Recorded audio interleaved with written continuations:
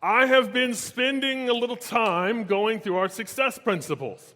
So I started this actually at the first of last year. So the first of last year, I started on the first one. I taught purpose at the beginning of last year.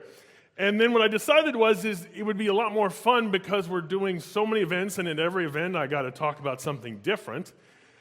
What I decided was, let me just pick a principle. And I'm just going to go through them in order, and I'm going to go through them one by one. So when we started in the first one, I did the plan, which was principle number 2. Last time we were in Dallas, I did principle 3, which was love. And then now I'm going to talk about change.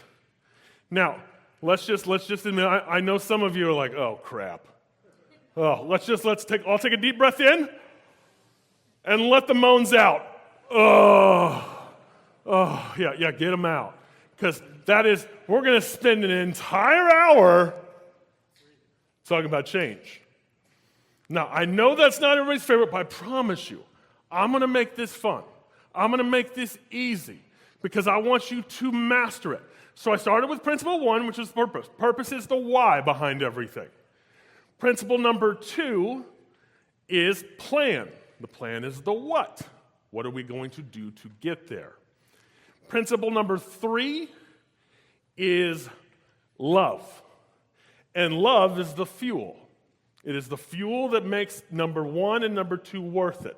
Fuel is the thing that makes number 1 and number 2 go. It's what gets us and propels us there. Now we move this week into number 4, which is change. And change is the action that gives principles 1 through 3 movement. So change is the action. Change is the step. It's really the first moment that where we actually are going to implement and do something. So I want to teach change from a different perspective today. That's kind of the whole point of this. I want you to hear it in a different way because I truly feel like what action is, if we look at action from just a very basic standpoint, action is basically a transformation. It's moving. It's stepping. It's not something major. It's just a movement. So where does the action come from? If I go to what Paul says in Romans 12:2, do not be conformed to this world, but be transformed by the renewal of your mind, that by testing you may discern what is the will of God, what is good and acceptable and perfect. In Romans 12:22, basically what this means is Paul urges us to be transformed from the inside out. Specifically, that we must be changed in how we think, to have our minds renewed so that we can begin to understand God's will for our lives. Now, what that means to me is if I can just kind of be honest of even how I am as a believer, and maybe how many of you are, I feel like that first part's kind of easier. I feel like it's very easy to be like, yeah, I'm not going to conform to the world. It's very easy to fight against the world. It's very easy to see the world as the wrong thing. But I've noticed as I get older, that second part gets harder. Because when I'm young, transforming is just a day-to-day thing. That's what high school is. You're just constantly changing to fit whatever mold is, constantly. But then you start getting older, and you start realizing that, oh no, I have to transform. Maybe I don't want to transform. Because maybe we're all mad at the real transformation that keeps happening, and that's just us, or let's say myself, getting bigger and bigger. My body transforms, but my mind doesn't. And so what ends up happening is I start doing everything from a standpoint of more comfort as I get older, rather than seeing where I could be renewed, where I could change, where I could be altered, how things could truly be different. Because I've noticed this I've mentioned this at the Elite Week. One thing I've noticed that's really strange growing older, I turned 41 this week. Tuesday is my birthday. Yeah, so I turned 41, and the thing that is weird, I'm wondering, at what age do I become miserable? I mean, you may think that sounds weird, but I've noticed in my own neighborhood that there's a certain crew that's older than me that's unhappy with everything in the neighborhood. They're unhappy with how we drive, how fast we go. They're unhappy with everyone's yards. They're unhappy with the mulch that's in my yard. They're unhappy with the color of homes. They're unhappy with the unevenness of sidewalks. And part of me wants to go to them and be like, you know what? 40-year-old you would be so disappointed right now. Because at some point, they gave in to a point where they said, nope, I don't care about anything else. I'm just miserable here. I'm just staying here.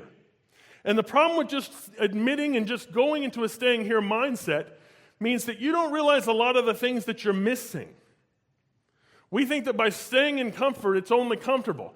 I don't know if you know this or not, because if you've ever seen this, if you've ever bought a couch before that was really comfortable, or a lazy boy, and you stay on that couch, and it's your favorite couch, the one thing, if you're not careful, you realize, if you stay on that couch for 20 years, it will become uncomfortable. But you don't want to admit it until you go try a real new one. You're like, whoa, what is this? I didn't know there was a lumbar pillow. Because sometimes we're too afraid to admit that we need the change, that we need the transformation. So I want to today show you transformation from a different point. I want to help you redefine change. Because I know that when I say, like, let's just start. If I do a show of hands, how many of you don't like to change, and you'll admit it? Oh yeah, a lot of you. Here's the main reason you don't like to change. It's a perspective problem. See, when I say you need to change, most of us don't think change like just change a little bit. We mean and we think change a lot. So if I say you need to change your mindset, you don't think you just need to change one thing. You start thinking, oh, I shouldn't be a Republican, I should be a Democrat. You think it has to be a complete reverse, a complete switchover. We think change means going from a sinner to saved. We think change means I can't be on this side anymore, I have to be on that side.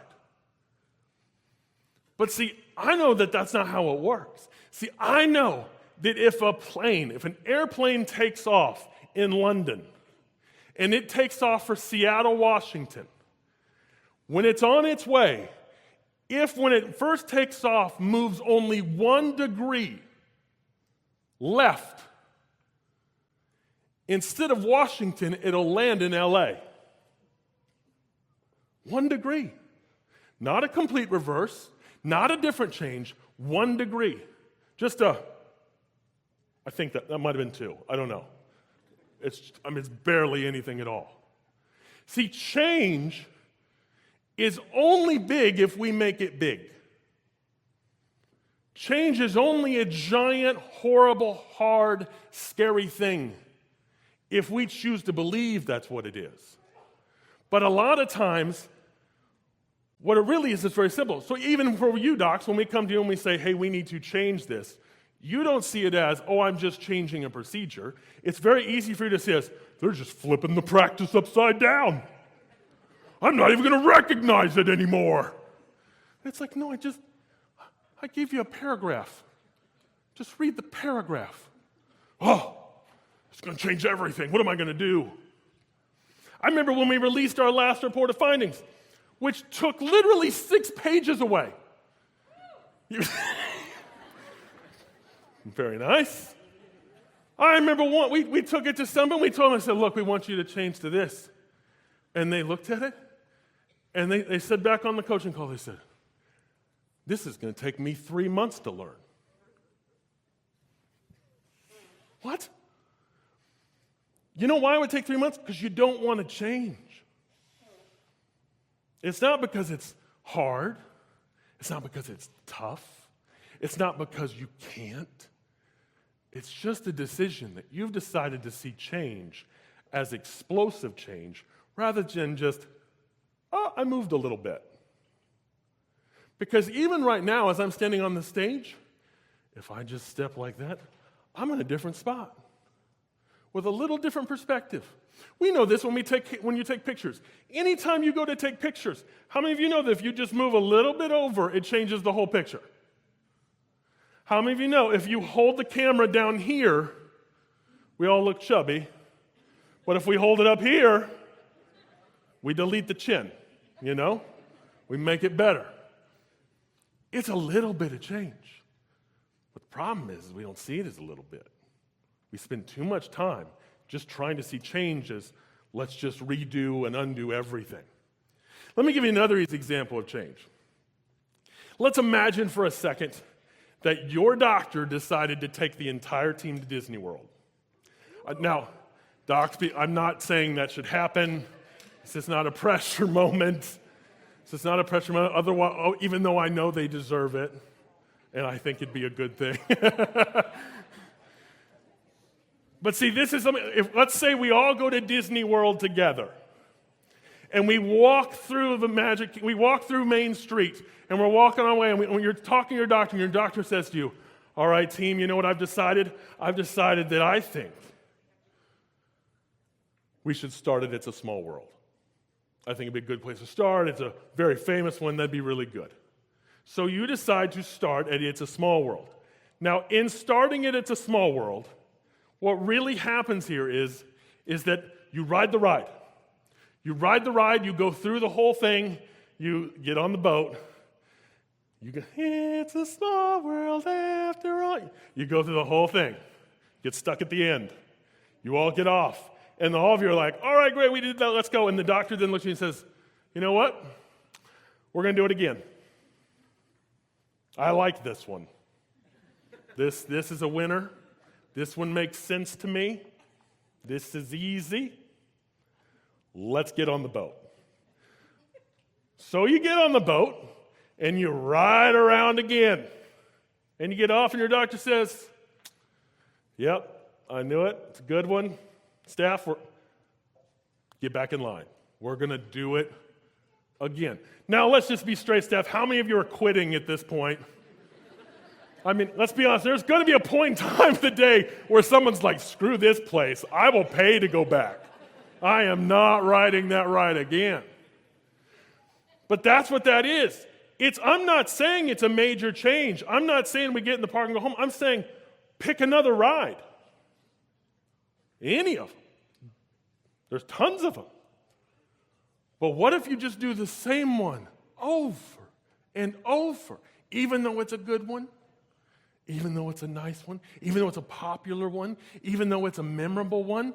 I'm betting at some point the reason people are leaving is because you're still riding It's a Small World. I'm thinking the reason people don't want to work for you anymore is because you're still riding a small world. See, change isn't something major. Change is simply choosing a new experience.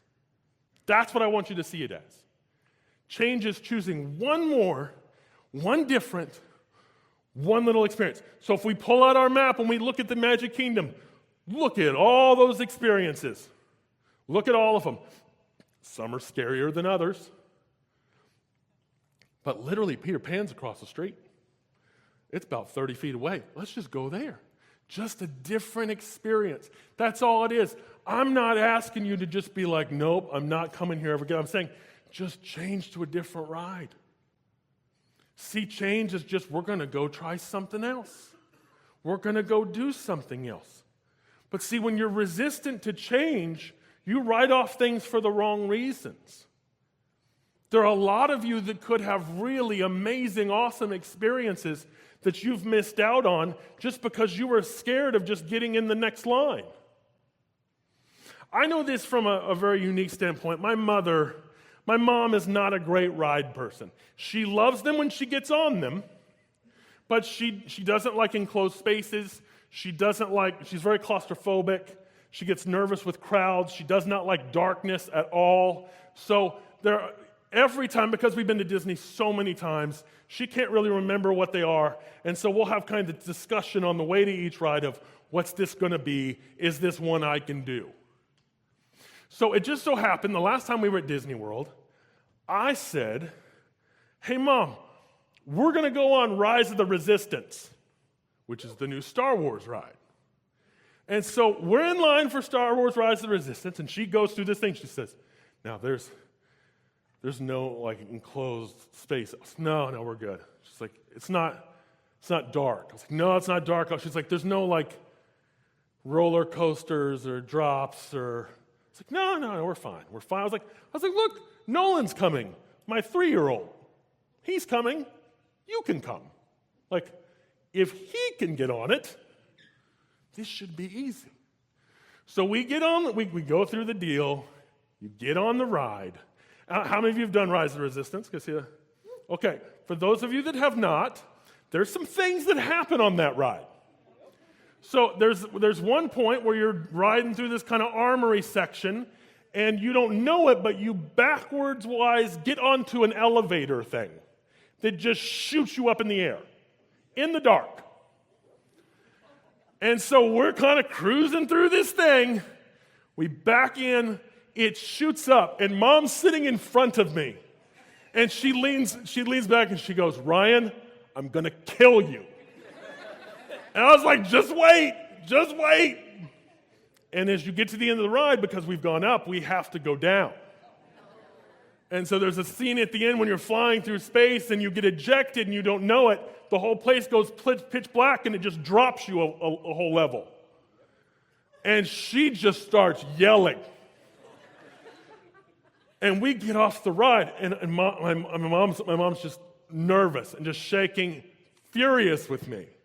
And she said, "Ryan, what was that?" I said, "Wasn't it awesome? Wasn't that the coolest ride you've ever been on?" She was like, "It was neat, but you said there wasn't any of those things." I said, "Mom, it's a brand new ride. I'd never been on it before.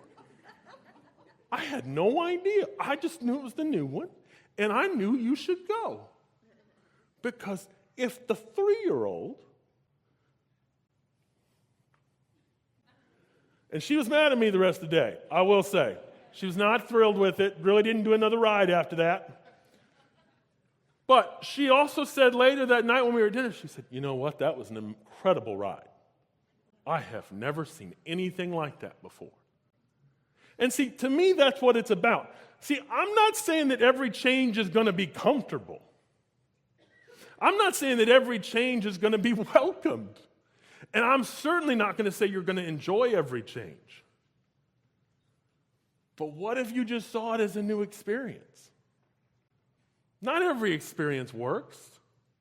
Not every experience is a keeper. Not every experience is one we hold on to and keep doing. But I can tell you this, it's better than just sitting off and not getting on the ride. And it's certainly better than just going right in Small World again. I want you to choose new experiences. Now, I know even as I say this, some of you are like, "No, but Ryan, it's nice and all, but I don't like to change. I'm good where I'm at. I'm good." That's really not true. You change all the time. Does anyone here still have a beeper?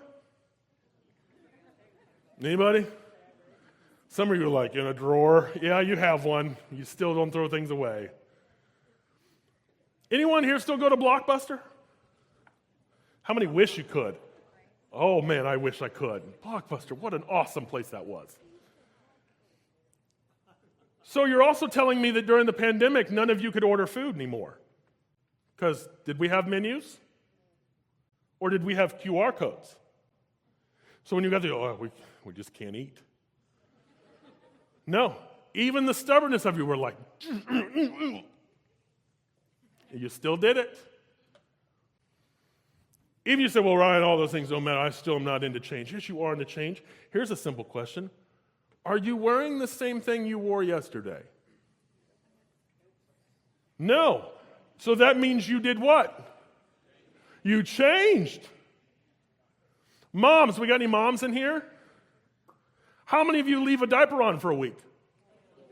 Oh. No. How many of you leave a diaper on for 12 hours? No. Why? You need to do what? You need to change that thing. Otherwise, it's going to be trouble. We don't want blowouts. We don't want any of the problems. We got to change. See, there's a lot of things we do constantly that we change, and yet we don't really see them as change. We just see that as, well, that's just part of the routine. But see, I'm saying that every one of these little things, anything that I ask you to do, anything the system asks you to do, that's change. Just a little change. See, what if you saw each little change in the system as just changing your clothes? What if you saw it as just changing a diaper? Because let's be honest, some of you feel some of the procedures are diapers. This is a crappy one. Yeah, it is. Yeah, yes, it is. Oh, well. Everyone has to change. Everyone continues to change. And the main reason is it's because your purpose requires it. Nowhere does it ever say in the Bible that in order to get where you want to go, you just have to stay the same. Moses wasn't given paradise. They had to go to it. Anything that's ever happened, anyone that's ever done anything, has had to change. Getting unstuck requires change. Reaching your goals requires change. Seeing more patients requires change. See, we have a thing we say here a lot here about the definition of insanity. The definition of insanity is also the definition of avoiding change. It's the act of doing the same thing over and over and expecting a different result. There are so many times we are doing the same thing over and over and complaining we're not getting new patients, we're not getting new patients, we're not getting new patients. But then we say, well, hey, do this. It's, wait a minute. We're not comfortable with that. Wait a minute, that's not what we do. No. Change. You have to change. Avoiding hiring a PR person because you're not getting enough new patients means you have to change. Patients dropping out of care and you don't want to show the videos, you got to change.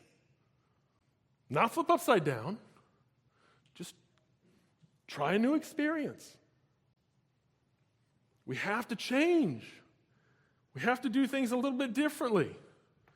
We have to make things work. Come on. When things aren't working, we really have two choices. You either give up or you change. Now, I know some of you think, no, there's a third. I just stay the same. But that's not a thing. Staying the same means you just give up. There's this great scene. There was an old movie in the 90s, 2000s called Deep Impact. Anybody remember Deep Impact? It was the story of this, I don't know, the whole world's going to end like every movie in the thousands, because we had to just kill this earth for something. And so this whole movie, they've kind of built this spaceship to take people off planet. And it even ends with them drawing straws to see who gets to go on. Most ludicrous thing ever. And then at the end, it gets the deal. There's this scene of this woman and her dad or something, and they're on the beach, and you can see it hitting in the ocean, and they're just like, we're just glad we're here together. You're going to die. Now, she knew everyone on the plane. She knew everyone on the shuttle. I can only tell you this right now, people. If that's me, I'm going to fight my way onto that sucker. I'm going to knock a person over. I'm taking people out. If I'm not just going to go get on the beach and be like, well, bring on the death. No. But that's how we are when we think we're just staying the same. We're just going to plant ourselves here and wait for the giant boulder to hit us. I'm only going to do this. I'm only comfortable with this. No, you're going to get left behind. There were a whole lot of people who got left behind when the Model T came out. He goes, no, I'm good with this horse. There's a whole lot of people who were good with the train when the plane came out.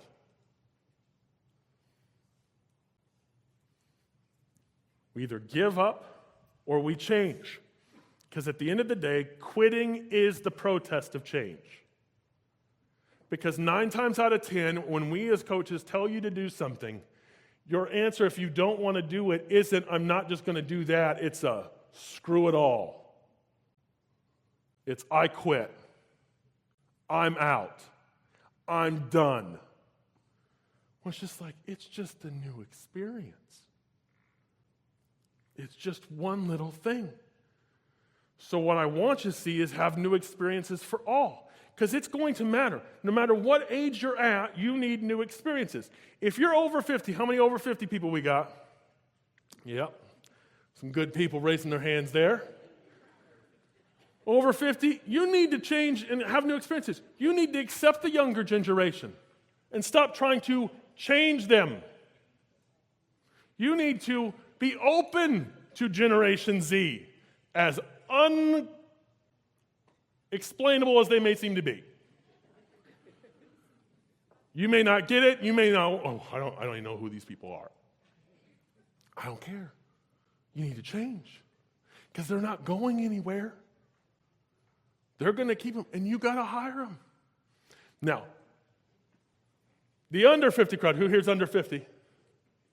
Oh, yeah, okay, that's a good chunk. You got to be nice to these over 50 people. They are your Medicare patients. Oh, wait. No, I mean, they're just the really great people that are just a little bit not as young as you. You've got to be accepting of them. See, this is the problem with our country, is that we can't allow everyone to have value right now. It's only one side can have value. Only one group can have value. Only one age can have value. No, we need to be open and happy for everybody. We need to be supportive of everybody. See, the goal is to reach your 5-year plan. It's not to stay in your comfort zone. That's what this is all about. So we have to open it up, and we got to be ready for everybody. We got to do it for everything.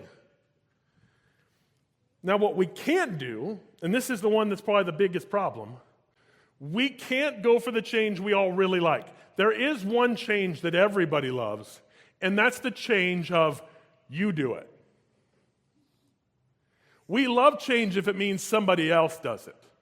Not us, but somebody else. We learned this even in our company. One thing that we had to start doing in some of our staff meeting ideas was that when we would have staff meetings and we would ask for ideas or ask for things that we needed to change or things we needed to do differently, one of the things we started having to start the calls with was by saying, every idea you come up with has to be something you can do.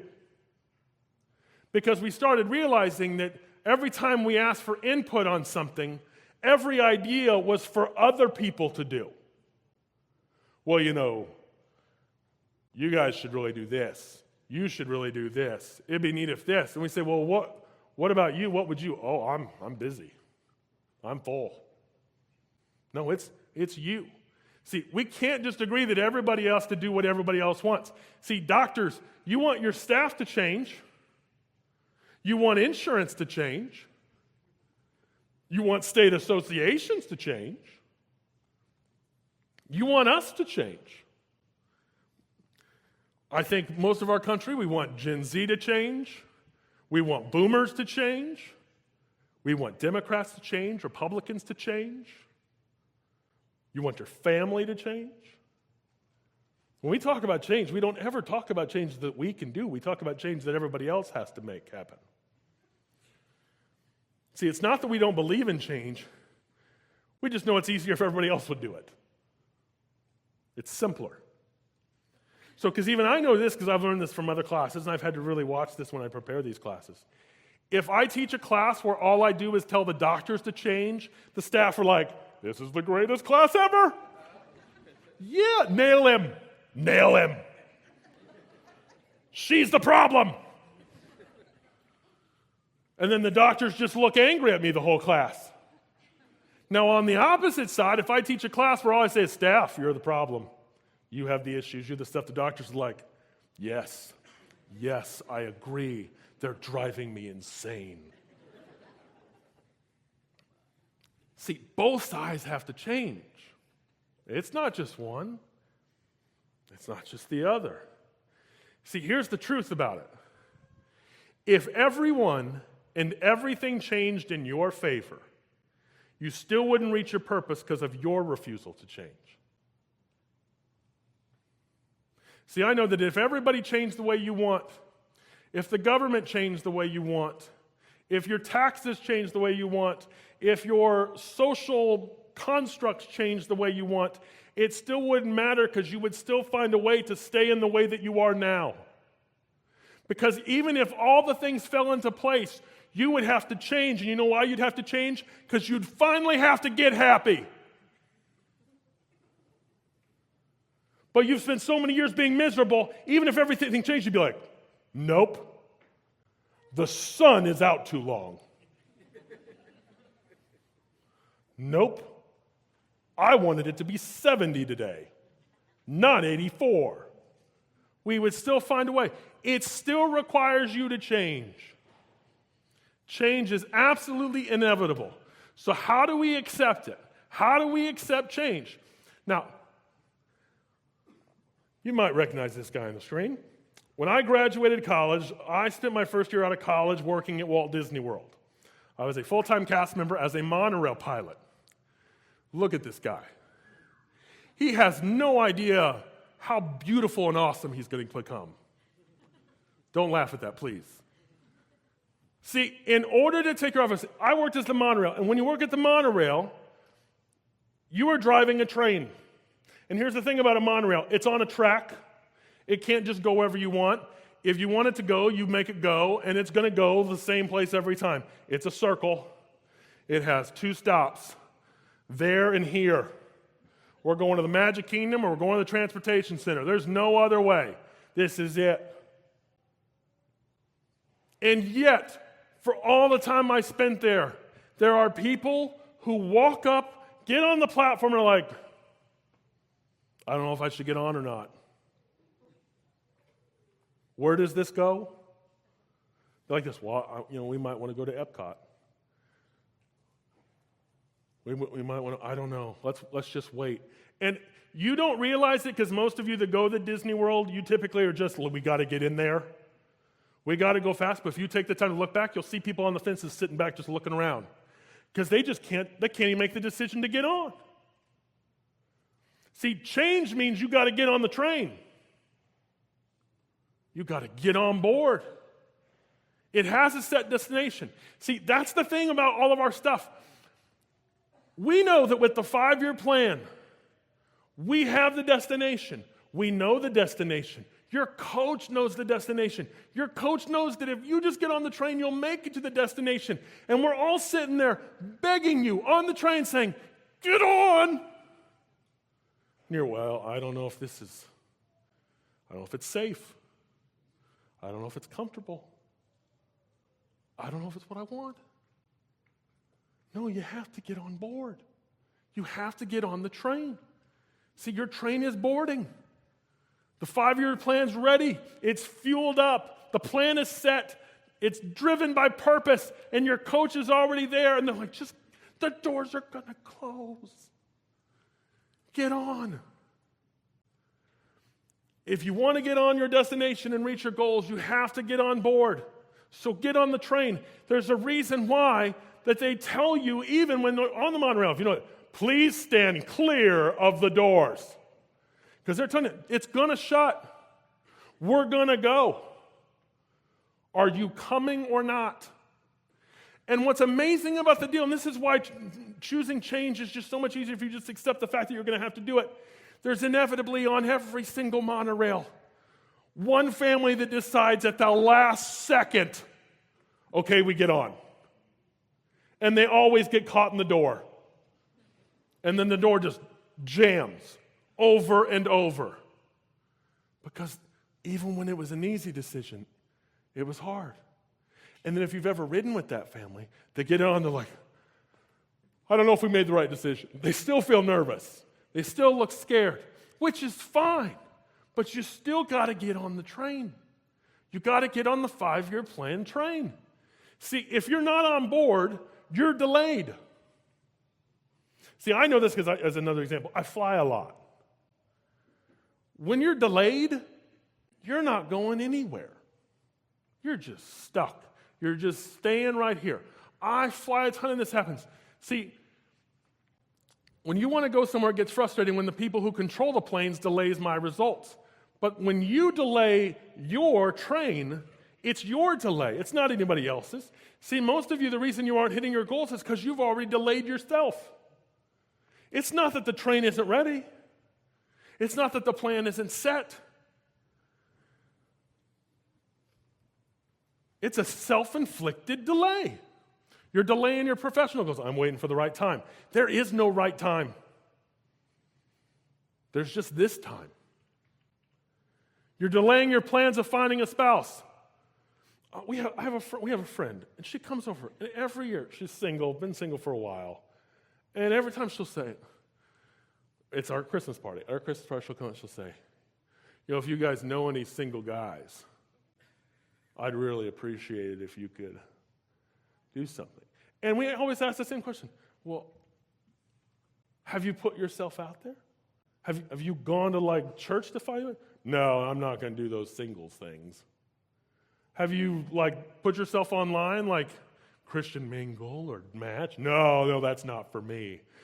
All the things that require her to do something she doesn't want to do. But she wants us to just give her a husband, apparently. I've got those in the back seat. Hop out, John. Go to her. Could you be delaying your own plans of growth? We had a team talk. We had one of our team talks this week on Wednesday. And the thing that just killed me. We asked for what questions you have about your schedule, about booking through your schedule with patients. The number one thing said over and over again was, what do we do when there's no room for new patients? The schedule's full. There's no spots. We don't have any. Now, let me just do a very simple poll here. Doctors, owning doctors. How many of you say you have too many new patients? Oh, interesting. How many of you feel like some weeks, where are the people? But yet we're talking, nope, there's no spot on the appointment book. There's no spots. We don't have any spots. Yes, you do. I don't know if you remember this old saying, but there's what? There it is. There's always room for one more. And one more doesn't mean, we have an opening in 2 weeks. That's not one more. I'll take you tomorrow. I'll take you at lunch. I'll take you at the time we close. You're like, yeah, but we close. No, there's room for one more.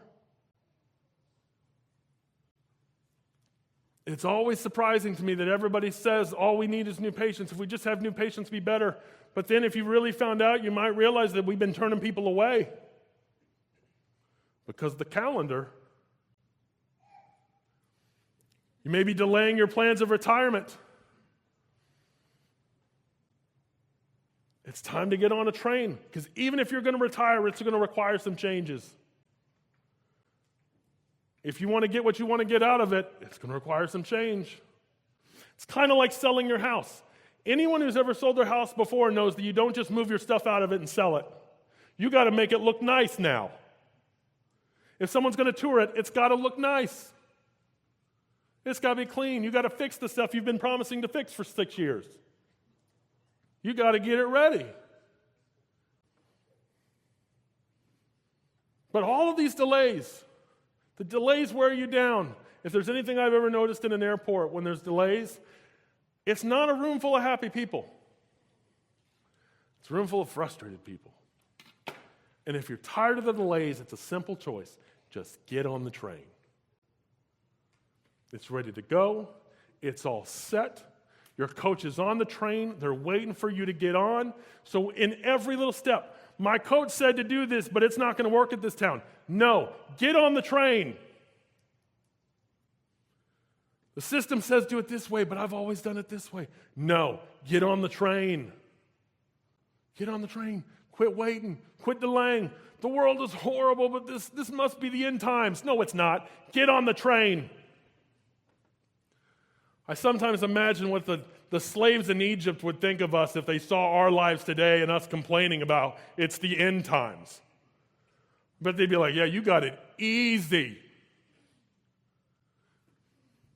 You don't understand what I'm going through right now. Oh, but I do.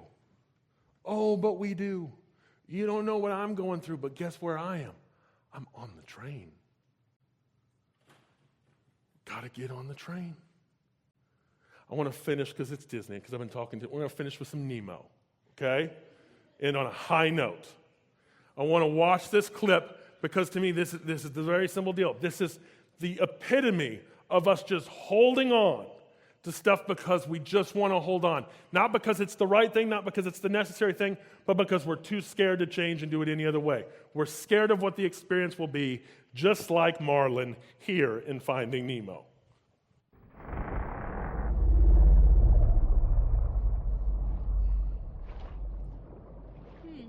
What's going on? Don't know. I'll ask him.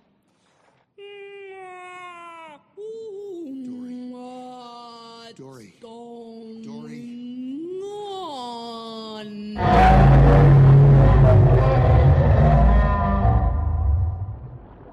I think he says we've stopped. Well, of course we've stopped. Just stop trying to speak whale. You're gonna make things worse. What is that noise? Oh no. Look what you did. The water's going down. It's going down. Really? You sure about that? Look, already it's half empty. I'd say it's half full. Stop that! It's half empty! Okay, that one was a little tougher. He either said we should go to the back of the throat, or he wants a root beer float. Of course he wants us to go there! That's eating us! How do I taste, Moby? Huh? Do I taste good? You tell him I'm not interested in being lunch. Okay, Stop talking to him!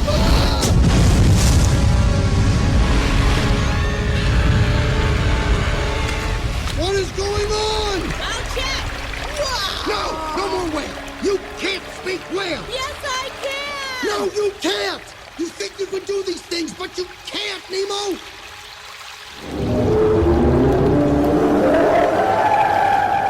Okay. Dory! He says it's time to let go. Everything's gonna be all right. How do you know? How do you know something bad isn't gonna happen? I don't.